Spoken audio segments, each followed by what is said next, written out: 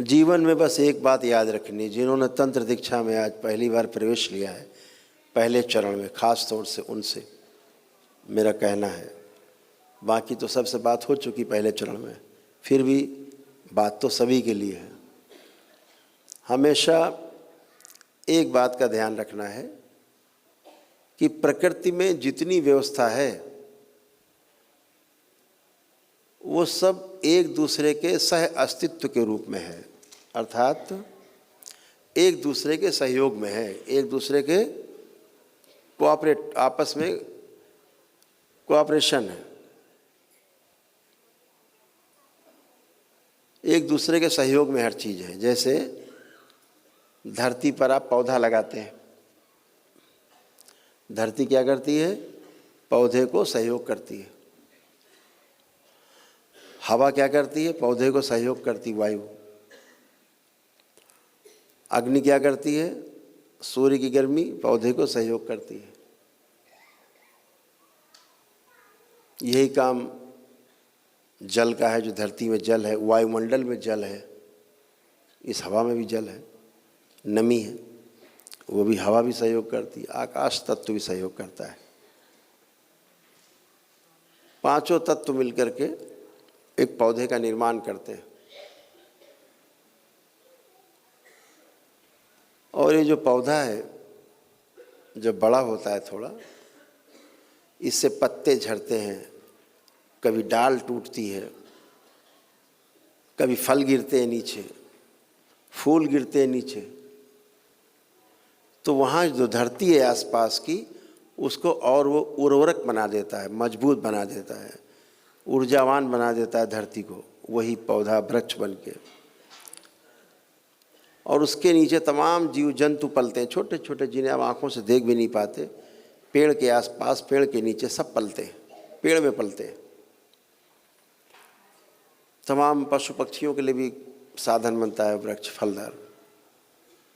फल नहीं होता तो छाया का काम आता है, ऑक्सीजन बढ़ाता है।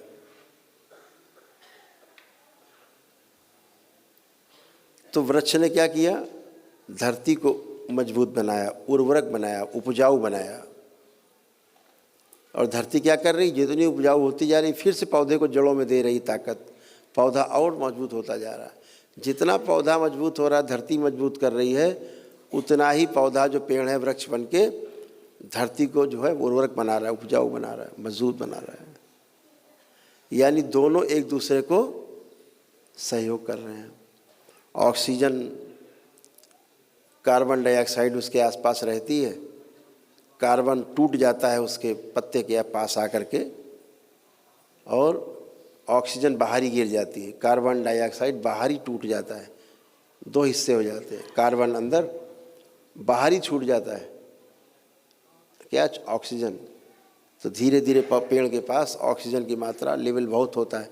कभी किसी पेड़ के पास आप जाओ तो आप देखोगे वहाँ बहुत ठंडक महसूस होगी, एक ताजगी महसूस होगी ऑक्सीजन की। कैसे? पौधा कोई, पेड़ कोई, और ये नहीं कहते, लोग कहते कार्बन डाइऑक्साइड लेता है और ऑक्सीजन छोड़ता है, ऐसे नहीं होता है। पेड़ के पत्ते में फेफड़े नहीं लगे हैं जो लेगा और छोड़ेगा, ऐसा कोई जुगाड़ नहीं। लेने वाला जुगाड़ है, छोड़ने वाला जुगाड़ नहीं है। तो क्या होता है? कार्बन डाइऑक्साइड चारों ओर फैली हुई है, तो जैसे ही पेड़ के पत्तों में सब चिपकती है, तो वहाँ पर कार्बन डाइऑक्साइड का जो यौगिक होता है वो टूट जाता है बाहर ही, पत्ते से छुआ टूटा तो ऑक्सीजन वहीं गिर जाती है बाहर, और कार्बन को वो सोख लेता है। उससे पौधे का, वृक्ष का पोषण होता है। तो ऐसे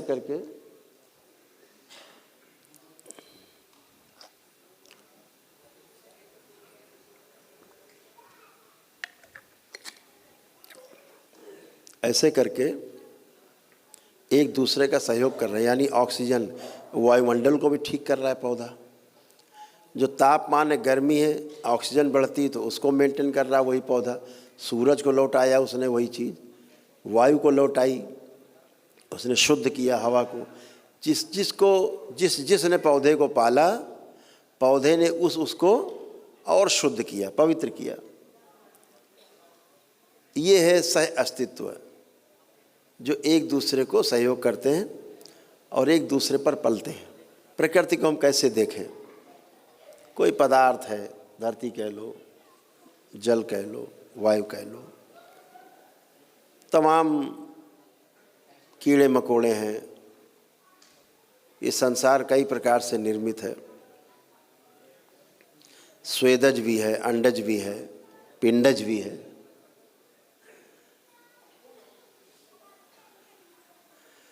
तो ये जो प्रकृति है एक दूसरे के सहयोग से चल रही है और सब एक दूसरे को सहयोग कर रहे हैं। एक ऐसा है जो सहयोग नहीं करता इस पूरी पृथ्वी पे। कौन है वो? कितने लोग जानते हैं?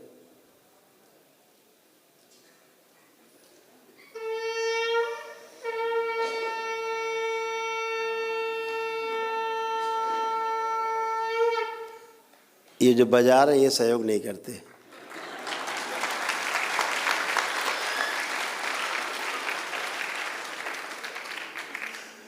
मनुष्य केवल सहयोग नहीं करता।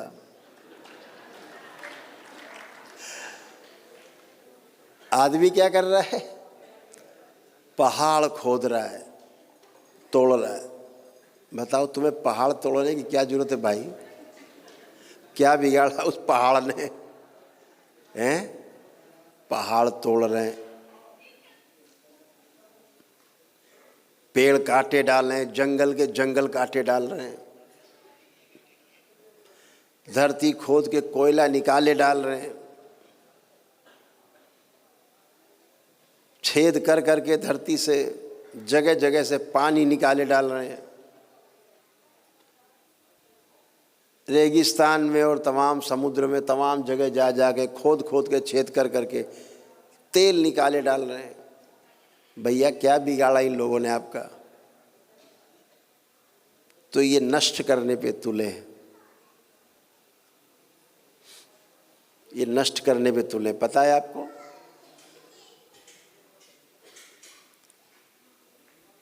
और ये जो लोग नष्ट कर रहे हैं ये कोई रिक्शे खोमचे वाले ठेली वाले लोग नहीं हैं, गैर पढ़े लिखे लोग नहीं हैं। ये वो लोग हैं जो ज़्यादा पढ़ लिख गए हैं।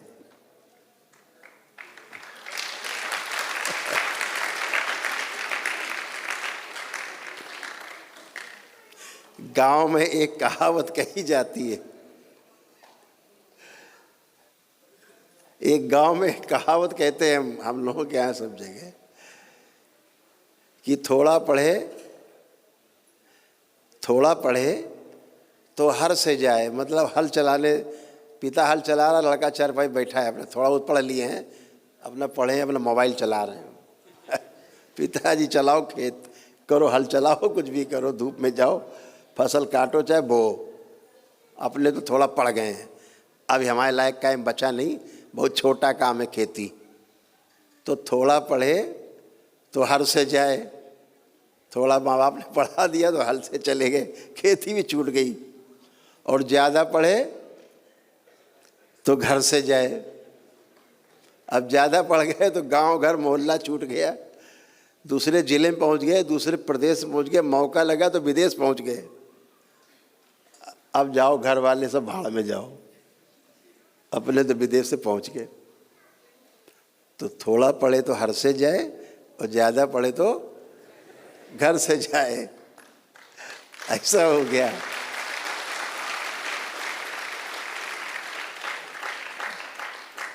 तो ये जो घर से चले गए हैं श्रीमान लोग, यही आतंक मचाए पूरे दुनिया में, खोद खोद के, काट काट के।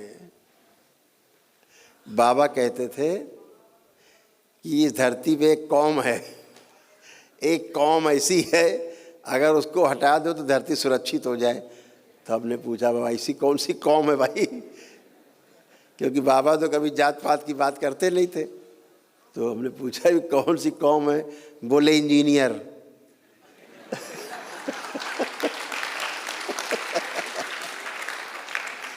ये अगर हटा दो तो धरती सुरक्षित हो जाए, बची रहेगी, नहीं, ये सब काट पीट के पता नहीं किसका क्या बना देंगे।